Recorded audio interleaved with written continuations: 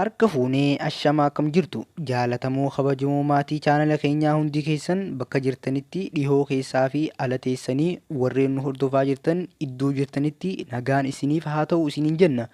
Guyyaa har'aa kana odeeffannoo adda addaa isiniif qooduuf deebi'ee dhufeen jira.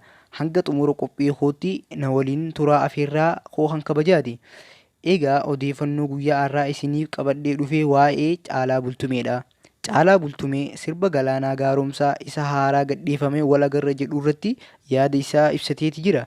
Yaadni inni ibsatee kuni yaada ajaa'ibaati. Odeeffannoo kana keessatti bal'inaan kan isiniif ibsinu ta'a. Egaa artistii beekamaa jaalatamaa qabsaa'aan Jaafar Yuusuf yeroo ammaa kana iddoo inni jiru hin beekamu. Toora miidiyaa isaarraa dhabameeti jira. Dhimma kana irratti odeeffannoo kan isiniif kennu ni ta'a. Hanga xumura qophii koo nafaana taasisaatii afeerraa kan koo kabajaati. Obbolaan haaraa chaanala keenyaa Gadaa HD sabskiraayib hin godhin jirtan yookiin immoo haaraa taatan sabskiraayib godhuun maatii keenya ta'uun nu hordofa. Viidiyoo kana hundumti keessan laayikii godhuudhaan namoota hedduu biraan gahaa akka nama biroo qaqqabuuf nu gargaara isiniin jedha. Kallattumaan gara qophii kootiin isin dabarsa. Odeeffannoo koo jalqabaatiin dhimma Jaafar Yuusuf isiniif kennu ni ta'a.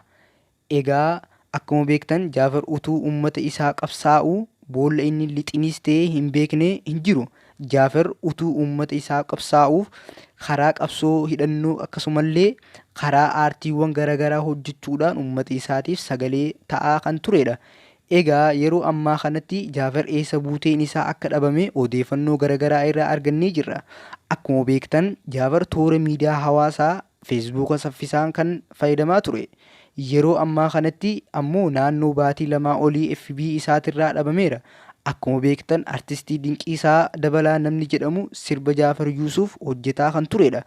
Jaafar Yuusuf wajjin istiidiyoo tokko keessatti viidiyoo tokko gadhiisanii turani. Jaafar Yuusufis sirba haaraa tokko gadhiisaa akka jiruu fi hojjetamaa akka jiru yuutuuba chaanalii isaa beeksisaa tureetti. Ergasii ammoo sagaleen isaa ta'ee bakka inni jiru beekamuus ta'ee hubatamuus hin dandeenye.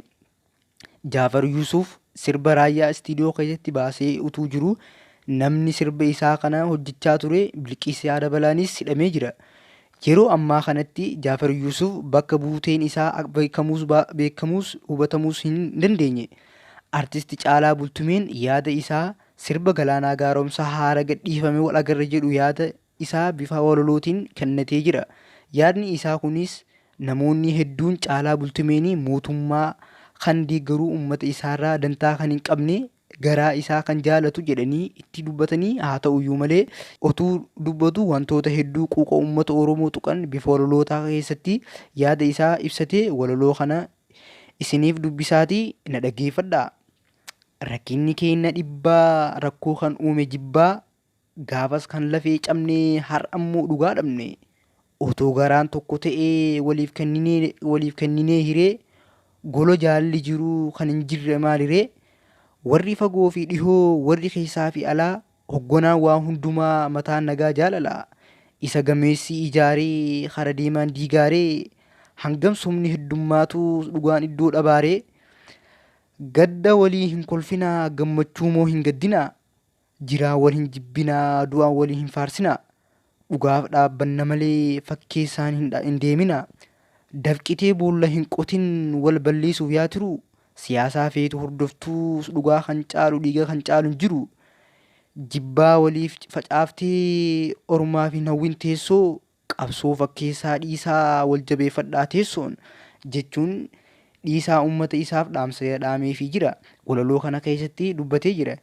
Egaa namoonni baay'een walaloo kana sirriitti dubbisuun yoo xiinxaltanii ilaaltan walaloon kun ergaa guddaa kan qabu. Namoonni hedduun Caalaa Bultumeenii uummata isaaf sagalee ta'eefii hin jiru. Garaasaa kan jaalatu jettanii irratti dubbatanii jiru. Caalaa Bultumee yaada isaa akka itti ibsatee qaba. Ormaaf hin hawwin teessoo jechuun dubbate. Galaanaa Gaaromsaa teessoo ormaaf hin hawwee miti. Galaanaan Gaaromsaa teessoo dhugaa teessoo dhiigaan dhufte ijaaramte barbaanna. Nuti kan bullu gadaanii gadaa hin goonu gadaan bulla lubaan bulla jechuun waa'ee teessoo sanaa dubbate. Mukti teessoon suni irraa hojjetame heexoodha. Heexoon immoo dhugaadha. Teessoon sun aangoodha. Halangaan immoo abbaa aangoon itti kan kennamudha. Galaanni suni immoo uummataadha. Hiika gadi fageenyaa waa'ee viidiyoo isaa keessatti teessoo duwwaa fi akkasumallee mukti heexoo walfakkaataa yeroo walfakkaataa irratti mul'achuu isaa ibsateera. Haa ta'uyyuu malee Caalaan Bultumee dogongora ilaalchaa fi dogongora hubannoo irraa kan ka'e ormaa fi hin hawwin teessoo jechuudhaan dubbate. Akkanarratti immoo Caalaa Bultumee dogongora ilaalcharraa kan ka'e sirba Galaanaa Gaaromsaa gara hin mallee fi gara hin taanetti hiikkate jechuudha.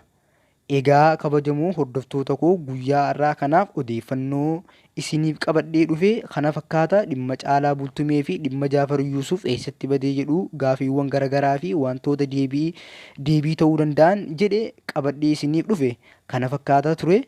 Hanga xumura qophii fi viidiyoo turtii na faana teessaniif ulfaadhaa isin